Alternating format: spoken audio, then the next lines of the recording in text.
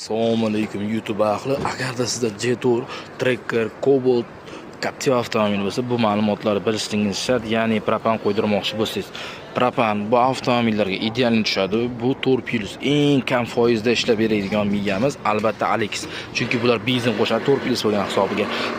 Va biz fitting tashlaganmiz. Ahamiyat yo'q bo'lsa, fitting Porsche'ga yaqinlashtirsa, qancha yaqinlashtirsa shuncha zo'r ishlaydi va original qomatlar ustanovkaga bitta ahamiyat yo'q bo'lsa va Nordic reduktor bilan.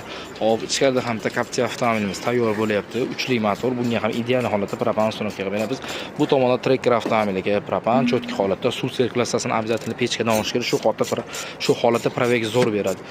Bu tomonda Cobalt avtomobili, bu tomonda hamma so'raydigan Onyx Legenda mashinamiz skorostoy farsunkalar bilan cho'tki holatda ustanovka qilyapmiz. Qaytarib o'zamiz, bizda narxlar ulgurchi, ya'ni optim narxda sizga propanni taklif qilamiz. Narxni oz qiziq bo'lsa, pastda raqamga olamiz. Obuna bo'lishni unutmang. Obunachilar uchun mega skidkalarimiz davom etmoqda.